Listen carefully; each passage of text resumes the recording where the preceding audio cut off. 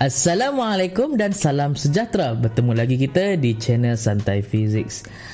Kali ini kita akan menyambung video kita yang sebelum ini, iaitu teori kuantum cahaya. Okey, 7.1 silibus baru Physics tingkatan 5. Kita akan sambung kali ini dengan 7.2 kesan fotoelektrik dan juga 7.3 teori fotoelektrik Einstein.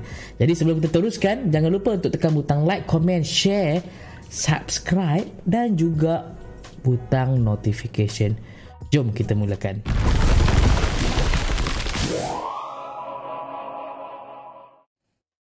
Episod kali ini kita akan lihat 7.2 kesan fotoelektrik dan juga 7.3 teori fotoelektrik Einstein. Jika anda masih lagi belum melihat part 1, part 2, silalah berbuat demikian. InsyaAllah untuk tajuk ini lagi mudah kita nak faham. Okey. Saya nak mulakan dengan menceritakan bagaimana kesan fotoelektrik berlaku. Okey, kita ada dekat sini permukaan logam, dan dalam permukaan logam ni kita ada elektron. Fotoelektrik ini sebenarnya adalah apabila elektron ni ditendang keluar. Ditendang keluar oleh apa? Oleh cahaya yang menyinari permukaan logam tersebut. Dan kita tahu sebelum ini cahaya adalah paket tenaga ataupun kuantum. Dan nilai tenaga setiap paket ini diberikan oleh formula E sama dengan HF, di mana H adalah pemalar constant dan F adalah frekuensi cahaya tersebut.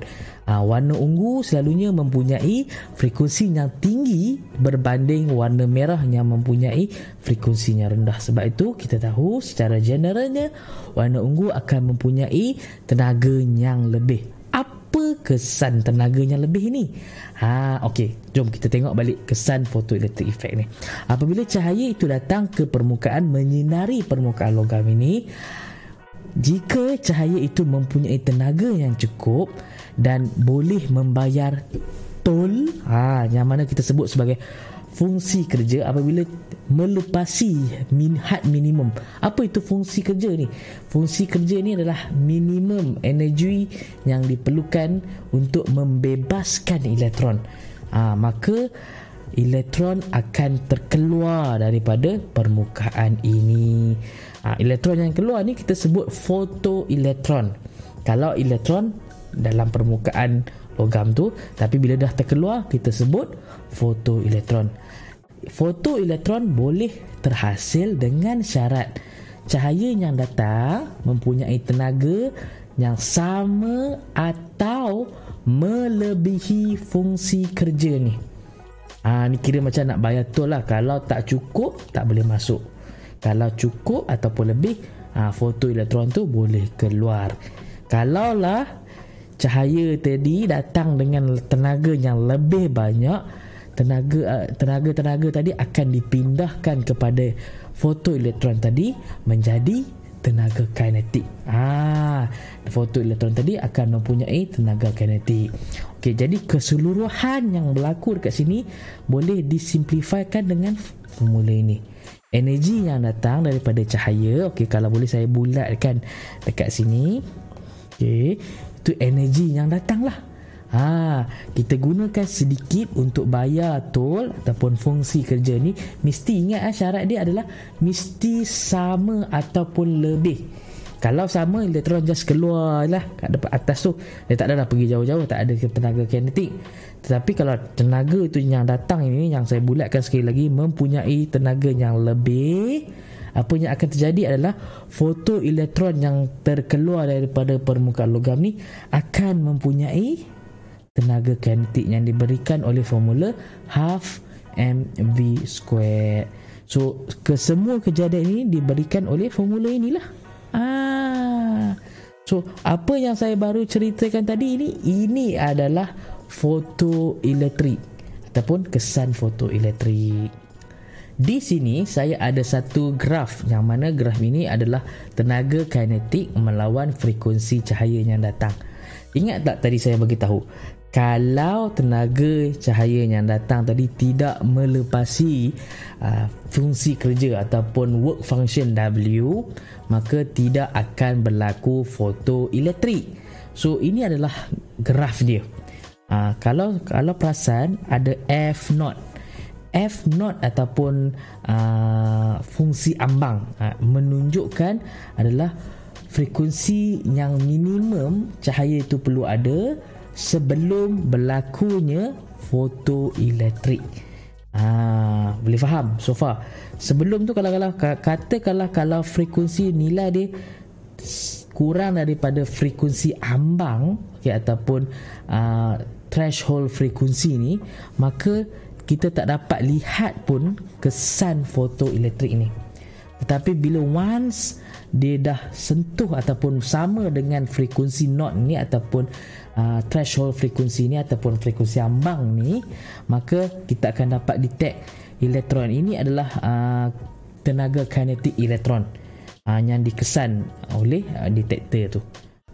Okey, terdapat beberapa ciri-ciri yang kita kena tahu tentang kesan fotoelektrik effect ini. Kalau anda tak faham ciri-ciri ni, maksudnya mungkin anda tak faham lagi video yang pertama, video yang kedua, ataupun video ini kena ulang balik sekali lagi. Okey, ciri yang pertama adalah semakin tinggi frekuensi sinaran ataupun sumber cahaya yang menyinari permukaan logam tadi, semakin tinggi tenaga kinetik fotoelektron.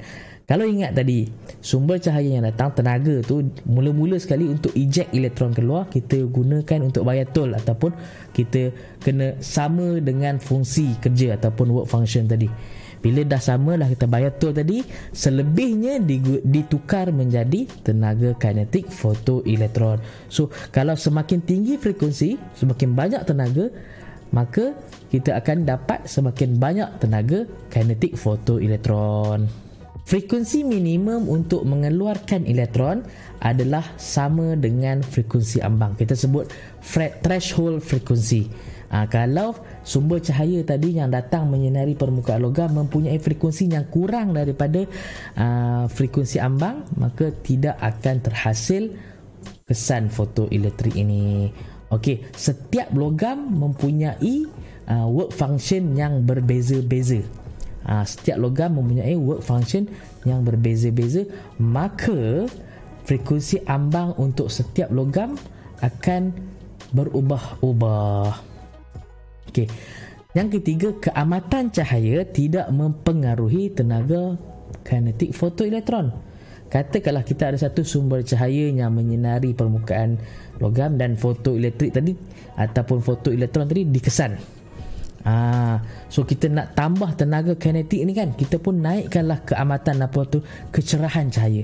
Ini tidak akan membantu langsung dalam menambah tenaga kinetik, sebab tenaga kinetik fotoelektron bergantung kepada tenaga cahaya dan tenaga cahaya bergantung kepada frekuensi cahaya tersebut, tidak langsung bergantung kepada keamatan ataupun kecerahan tenaga cahaya yang datang. Yang keempat adalah fotoelektron dipancar secara serta-merta bila permukaan logam disinar dengan cahaya. Maksudnya, kalaulah cahaya yang datang tadi mempunyai tenaga yang melebihi ataupun sama dengan work function kita, automatik elektron akan keluar menjadi fotoelektron. Dia tak sama tau dengan pancaran termionik. Pancaran termionik ini menggunakan haba, tenaga haba.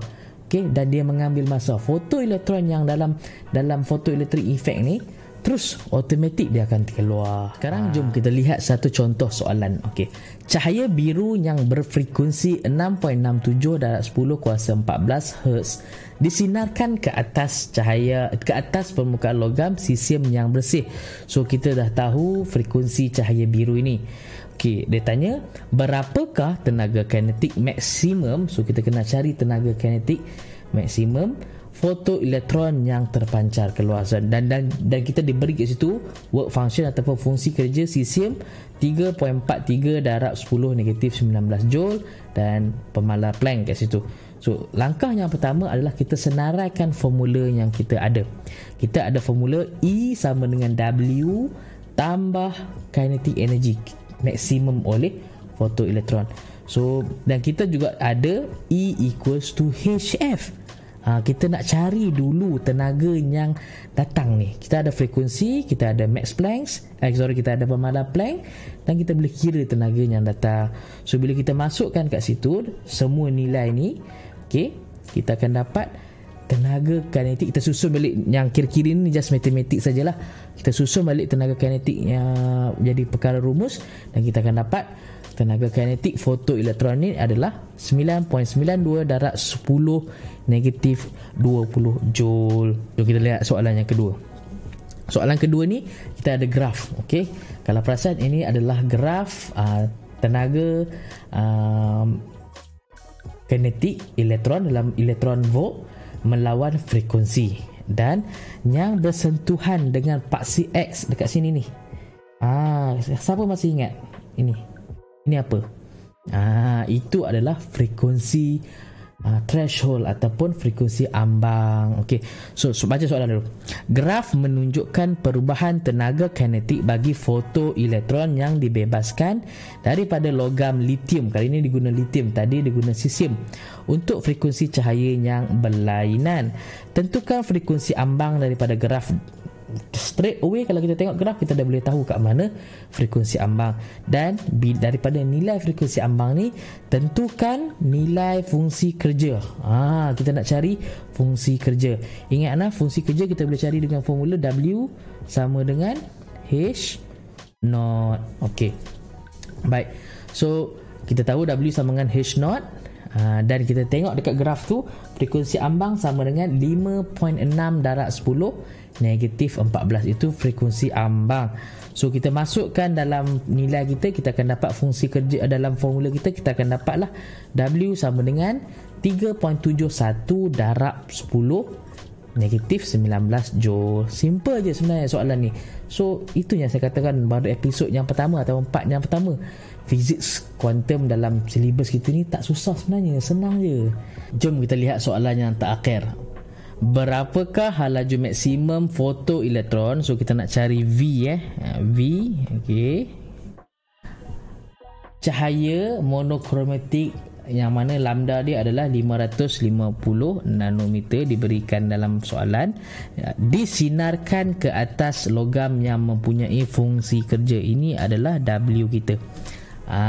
Okey, dan kita juga diberi HC sama dengan 1.243 darab 10 elektron volt nanometer, dan kita juga diberi 1 elektron volt sama dengan 1.6 darab 10 negatif 19 joule, dan juga jisim elektron iaitu 9.11 darab 10 negatif 31. Betapa kecilnya elektron ni. Okay, langkah pertama adalah kita senaraikan formula yang kita ada, iaitu E equals to HC over lambda. Sebab apa? Kita ada lambda dan kita diberi HC. So bila kita plug in, kita akan dapat 2.26 EV. EV kenapa? Ni kita guna formula information yang dibagi tadi. Nanometer tadi kita dah hilangkan lah, kan, boleh potong.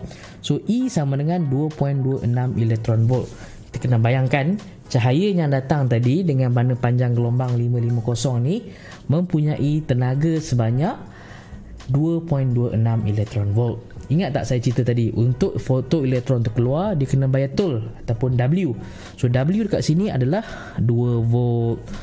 So kita tolak 2.26 ni, kalau kita tolak dengan W tadi 2 elektron volt ni, maka kita akan dapatlah bakinya, yang mana baki tadi akan jadi tenaga kinetik maksimum fotoelektron. So formula dia yang menghubungkan apa yang kita cerita dalam fotoelektrik tadi adalah E sama dengan W tambah half mv squared. Okay, so kita susun balik supaya half mv ni menjadi perkara rumus, dan kita tolak lah macam mana saya cakap tadi kan. So kita akan dapat nilai 0.26 EV. Itu adalah kinetic energy dia. Tapi soalan nak kita cari V tadi. Kita nak cari V. So jadi kita kena jadikan V kat sini sebagai perkara rumus. So ini just matematik saja. Susun balik dan kita akan dapat sebelum nak susun tu kita tukar dulu EV kepada joule siap-siap. Nanti tak adalah complicated sangat. So 0.26. Okay, macam mana nak tukar EV kepada joule? So 0.26 ni darab apa yang telah dibagi kat sini tadi. So kita akan dapat 4.16 darab 10 negatif 20 joule. So kita dapat tenaga kinetik dalam unit joule. So kita susun balik V macam saya cakap tadi sebelum ini, maka kita akan dapat V sama dengan 3.02 darab 10 kuasa 5 meter per saat. Senang saja. Ini yang banyak-banyak punca kuasa ni sebab kita dah susun balik je. Kita dah susunkan V sebagai perkara rumus. So berakhirlah video kali ini ataupun part yang terakhir ini. Semoga anda faham apa yang saya ceritakan daripada part 1, part 2 dan part 3. Kalau ada yang tak faham, saya mohon maaf atas kekurangan saya. Komen dekat bawah, insyaAllah saya akan buat satu lagi video yang cuba merungkaikan masalah yang ada. Okey, sehingga bertemu lagi, jumpa lagi di masa akan datang. Assalamualaikum.